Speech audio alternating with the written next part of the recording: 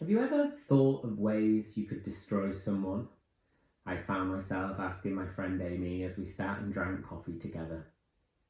In what sense? Amy asked, in both a tone that suggested a mild recognition but also mainly concern. Oh, nothing too bad, I replied, looking off into the distance, pretending I hadn't already imagined the many ways it was possible. Nothing physically damaging, maybe just perhaps bulldozing their home or having them fear for their safety. Fear for their safety? She said. Yeah, every day they fear for their safety. It would eventually get to them. Amy forced a laugh, and I could immediately tell that it was one of those laughs that you do when you really have nothing left to say. Should we get a bottle of wine? She asked. I think we should. Early last year, I'd fallen in love. It was the first time it had happened to me. I'd been the type of person who always relished in the fact that Cupid's bow had not yet hit him. I would boast of my objectivity towards love, as if I possessed some special immunity to the infectious drug. I would notice friends acting in the most erratic of ways, motivated by their fear of losing someone they loved, asking the most seemingly trivial of questions, such as, how long do you think I should wait before I text him back? I don't know about you, but I always imagined I'd meet my love in an art gallery. I'm not overly sure why I had that in my head. I rarely visit art galleries. Often the art doesn't really speak to me. I stand staring at a piece of artwork, and the only thing that really goes through my head is, how long should I look at this for? Too long, of course, would be pretentious. Too little, and those around could probably know you're a fraud and you know absolutely nothing about art. My first love was a guy named Jonathan, and he was a kind yet vulnerable man who was in the midst of an open relationship with his partner of 10 years. We quickly built up a relationship ourselves, and when his relationship culminated, we became partners. This was the man I'd been waiting for, and to top it off, we had met in an art gallery. Well, it was an online dating app, but in my head, that's kind of like an art gallery.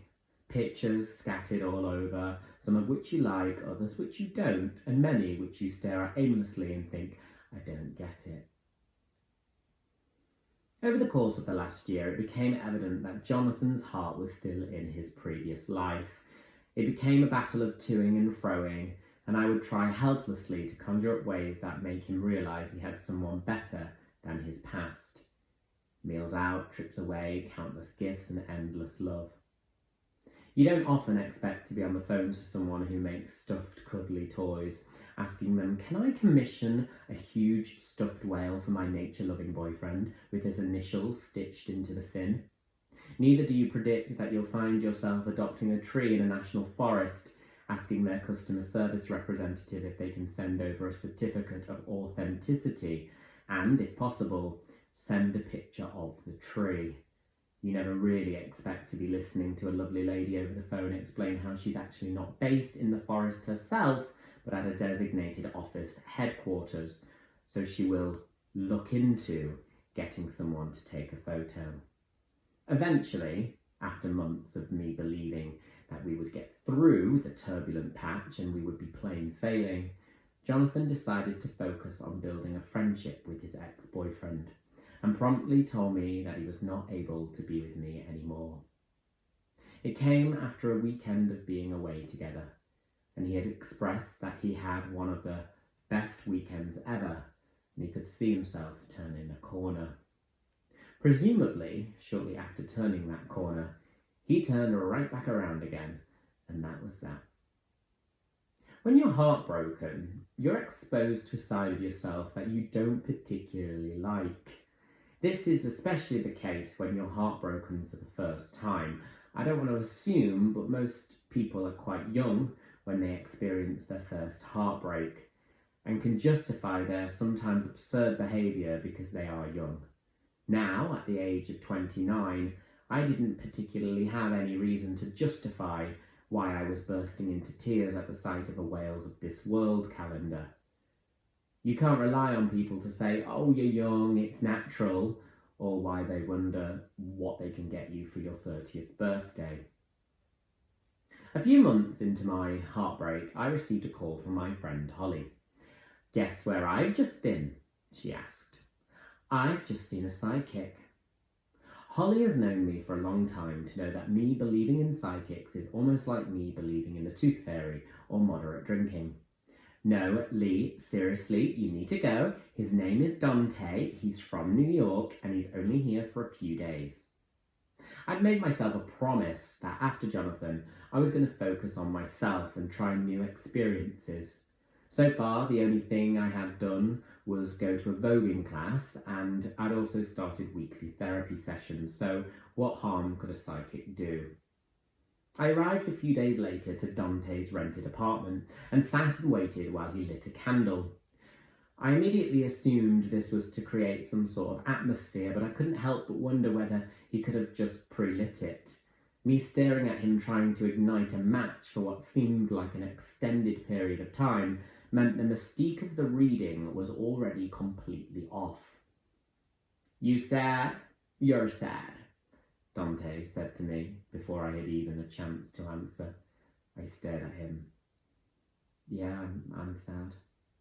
Who made you sad, Lee? Dante said. And his voice was a lot louder than expected for it to be, given that it was just us two in his apartment, sat extremely close to each other. Who was it? He bellowed again. Well, you tell me, I thought you're the psychic. My actor friend Keely once was booked for an evening to pretend to be a psychic. It was a paid job and was a Christmas office party. I lived with her at the time, and I remember finding her frantically one afternoon searching for pashminas. What are you up to tonight? I asked her. I'm a psychic for the evening, so just looking for some props, she said, as if it was the most normal thing in the world. She glanced at me and realised by my facial expression I still had no idea what she was talking about. Oh, I've got to go be a psychic for some people, she said once again. You know, tell them their future and stuff. Call me naive, but I've always been under the impression that one cannot just be a psychic. It's not something that you can actively choose to become. Should psychics actually be real, I assume you either are one or you're not. It's a bit like, I assume, being the Queen. You don't have some days where she's just Liz, she's the Queen. She, like psychics, are always on duty. Keely told me she stationed herself in the corner of the room and was sat at a table with a crystal ball, and one by one people would enter and get a reading from her. What would you like to know? She would ask, with a tea cosy on her head, pashminas draped around the vicinity, while staring inquisitively at the person opposite. They'd reply with a nervous laugh and then ask trivial questions about their job, their life, and their loves. Keely admitted that the things she would say were complete nonsense pulled out of her arse, and was based on things that the visitors would tell her. Apart from one woman who struck me, Keely said. Physically, I replied. Imagine her being clobbered with her own crystal while being denounced as a fraud. No, she struck me emotionally with her candidness over her depression. She was asking me a lot of questions of what she should do. Keely responded, her tone a lot more serious. And did you tell her that you weren't actually a psychic? What, and broke character? No, I couldn't. To be honest, I think she believed in what I said. But I could just tell she was looking for me to tell her things that she just wanted to hear. I think it helped her, she said. Dante didn't have a crystal ball, but he did have tarot cards. What a crock of shit, I thought, as he shuffled them in front of me and proceeded to tell me things that weren't true at all.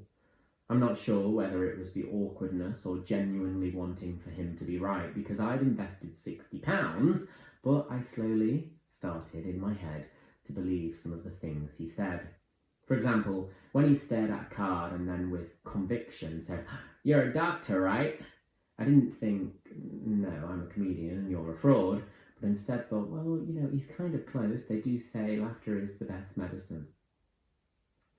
I left Dante feeling lighter. He hadn't told me anything of real worth or value, but I realised after speaking to him that I was just dealing with pain and heartbreak. It may not have taken psychic powers to tell me this, but it did take a psychic. As I walked down a rainy street in London, I slowly let go of the anger that had manifested within me the past few months, the thing that had been given to me as a product of heartbreak, and I was relieved that the bitter and resentful thoughts were merely a symptom of me hiding my sadness. Did me hoping he was sat crying on his own bed like I was make me a bad person? Or was I merely seeking some solace in knowing that I wasn't completely alone? As Amy and I finished our wine between us, laughing and discussing our past, present and future, I wondered whether in years to come we'd be doing the very same thing, just with different characters and a different narrative.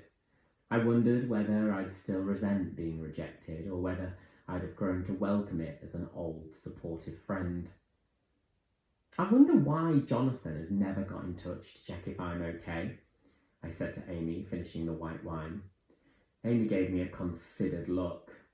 Well, he's being respectful and giving you space just like you asked, she said. But not even to check that I'm doing all right, I said. And Amy smiled that sort of smile of recognition. But really, why should he, babe? He doesn't owe you anything anymore, she responded, cradling her glass of wine as if it were her own crystal ball. She was right, and deep down I agreed. But I paused for a moment, rolled my tearful eyes and said, would it kill you for once to say something that I just want to hear?